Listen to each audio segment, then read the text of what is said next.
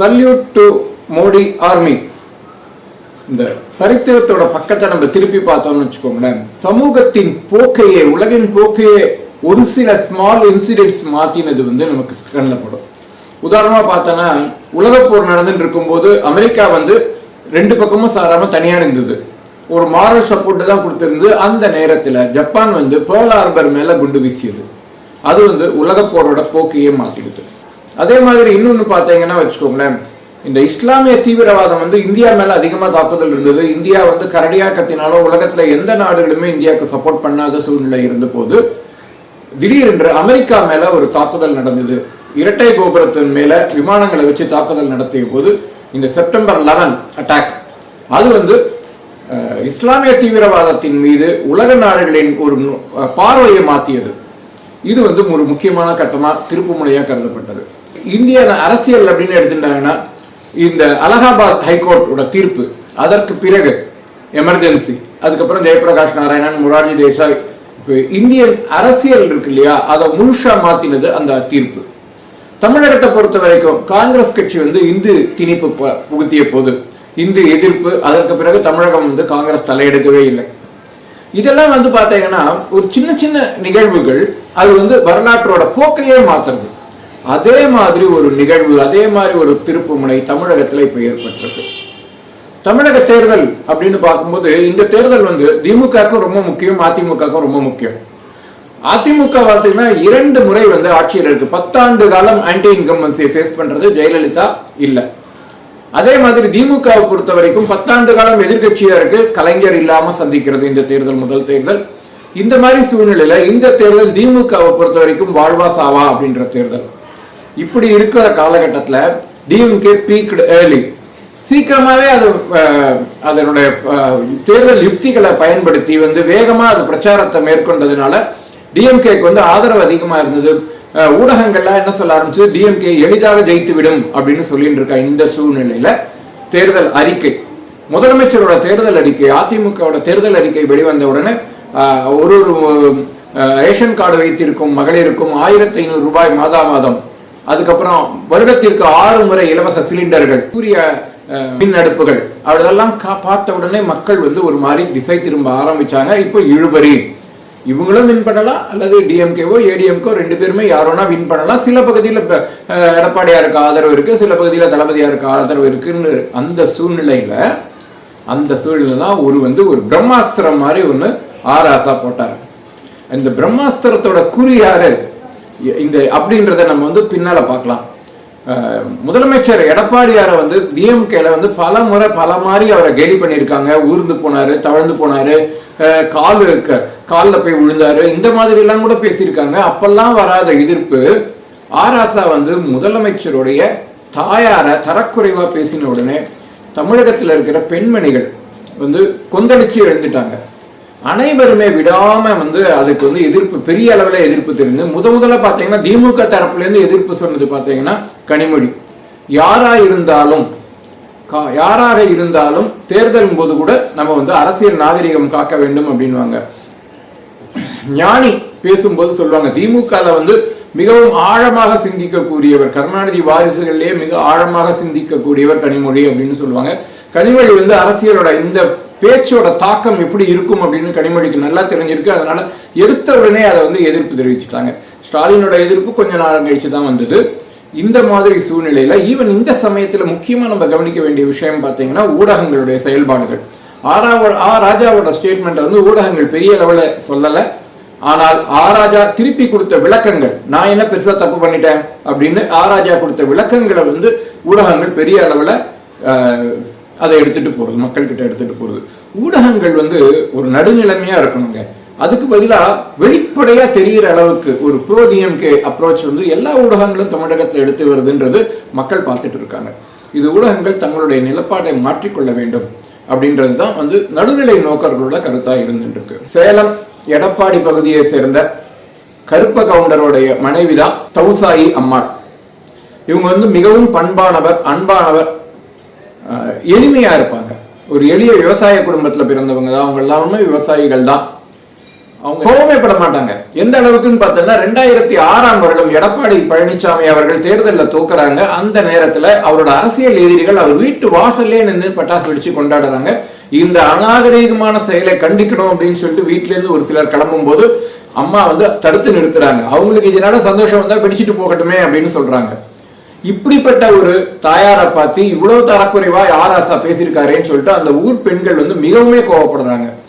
இந்த நேரத்துல பார்த்தோன்னா அவங்க என்ன சொல்றாங்கன்னா, இந்த நேரத்துல அம்மா இருந்திருந்தா கூட ஏதோ அவங்களுக்கு சந்தோஷம் வந்தா ஆராசா பேசிட்டு போட்டோமே அப்படின்னு தான் சொல்லியிருப்பாங்களே தவிர அவங்க கோவப்பட்டிருக்க மாட்டாங்க அப்படின்னு இவ்வளவு பண்பா இருக்கிறாங்க.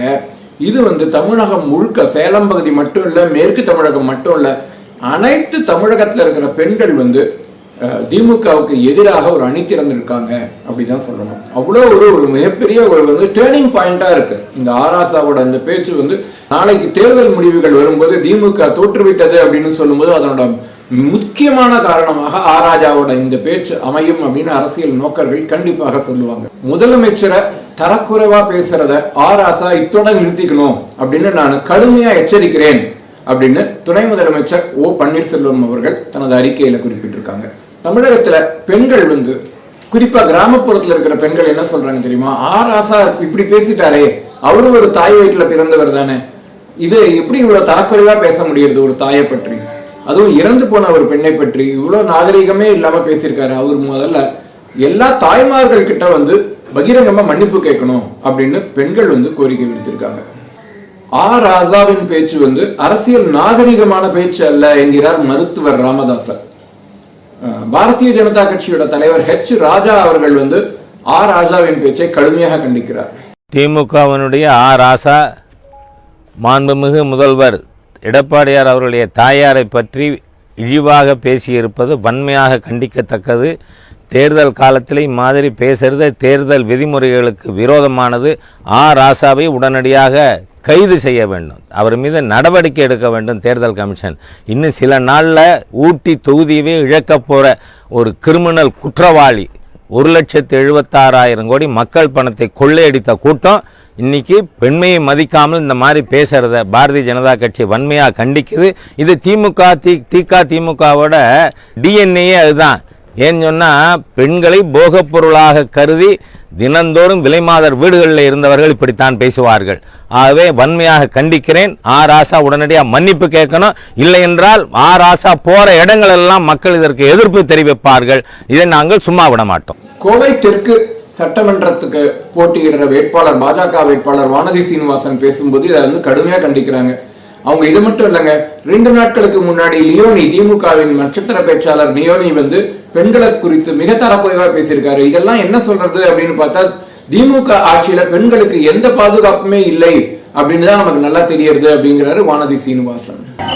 நாமெல்லாம் இங்க பாருங்க, நடுவுல நாம நிக்கிற சுத்தி இருக்கிற அண்ணன் தம்பிங்க எல்லாம் கட்சியில நம்மளுக்கு எல்லாம் சுத்தி வர பாதுகாப்பு அரண் மாதிரி நிக்கிறாங்க. திராவிட முன்னேற்ற கழகத்துல இந்த மாதிரி தைரியமா நிக்க முடியுமாமா?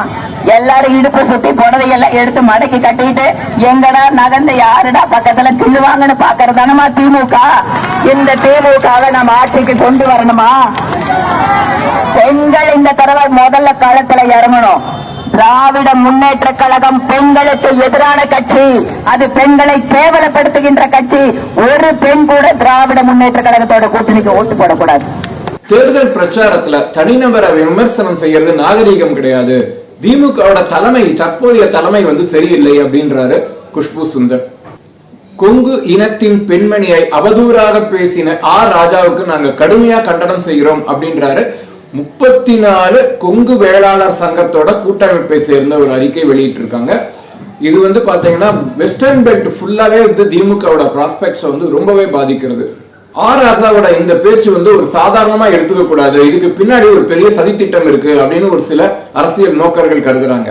அவங்க சொல்றாங்க வந்து ராசா வந்து பார்க்கும்போது, வெளிப்படையா பார்க்கும்போது அவர் வந்து அம்பு தொடுக்கிறது வந்து இபிஎஸ் மேல அப்படின்ற மாதிரி தான் தெரியும். ஆனா உண்மையிலேயே அவர் தாக்குதல் நடத்துறது ஸ்டாலின் மேல அப்படின்ற மாதிரி ஒரு டமால்னு ஒரு சில பேர் குண்டை தூக்கி போடுறாங்க. இவர் சொல்றாங்க இந்த தேர்தல் வாழ்வா சாவா அப்படின்றதுதான் திமுகவுக்கு இருக்கு.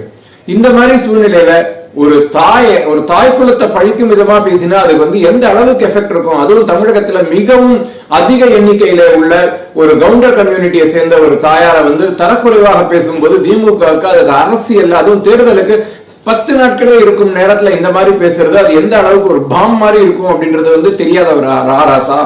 அவருக்கு எல்லாம் நல்லா தெரியும். அதனால இருந்தா கூட இந்த மாதிரி அவர் பேசினதுக்கு என்ன காரணம் இருக்கணும்? கண்டிப்பாக திமுகவோட வெற்றியை வந்து இவர் வந்து பாதிக்கும்னு தெரிஞ்சுதான் வந்து ஆராசா இப்படி பேசியிருக்காரு. திமுக தோல்வி அடைய வேண்டும், அதன் பிறகு அதனால ஸ்டாலினோட பொசிஷன் வந்து வீக் ஆகணும், அதற்கு பிறகு கட்சியை கைப்பற்றணும் அப்படின்னு ஒருவேளை இவர் நினைக்கலாம் அப்படின்னு ஒரு சில பேர் வந்து சமூக வலைதளங்கள்லயும் மறைமுகமாகவும் தன்னோட கருத்தை தெரிவிக்கிறாங்க. திமுக வந்து எப்பயுமே வந்து பெண்களை தரைக்குறைவா பேசுறதுன்றது வந்து திமுகவோட பாரம்பரியம். இந்த நேரத்துல வந்து சத்தியவானுமுத்து பார்த்து கருணாநிதி எப்படி பேசினாரு, சட்டசபையில எப்படி பேசினாரு, அதெல்லாம் வந்து குறிப்பிட்டு பேசினது வந்து திமுகல வந்து இந்த மாதிரி பெண்களை தரக்குறைவா பேசுறவங்களுக்கு வந்து திமுக உறுப்பினர்களிடத்திலிருந்து நிறைய ஆதரவு கிடைக்கும். இப்ப கூட திமுக உறுப்பினர்கள் வந்து நிறைய பேர் வந்து நல்லா பேசினார்ப்பா ராஜா அப்படின்னு வந்து அவரு மேல ஆதரவு தெரிவிக்கிற குரல்கள் வந்து திமுக போய் எழுப்ப தொடங்கிட்டு, இப்ப அந்த செக்மெண்ட் அந்த திமுகவோட ரியல் கேடர்ஸ் அதை வந்து டார்கெட் பண்றாரு. அவங்களோட இவங்களுக்கு ஒரே கல்லுல ராஜாக்கு 2 பாகா கிடைக்கிறது. அவங்க கேடர்ஸ் வந்து அவங்க தம் பக்கம் இழுத்துக்கிறாரு. அதே சமயம் ஸ்டாலினுக்கு வந்து ஒரு தோல்வி பயத்தை உண்டாக்குறாரு. அந்த தோல்வி வரும் பட்சத்துல ஸ்டாலினோட பொசிஷன் வீக் ஆக்குறாரு. அப்ப அந்த மாதிரி வீக்கா இருக்கும் கட்சியை வந்து தன் வசப்படுத்தலாம் அப்படின்னு வந்து ராஜா நினைக்க கூடும் அப்படின்னு ஒரு சில அரசியல் நோக்கர்கள் கருத்து தெரிவிக்கிறாங்க.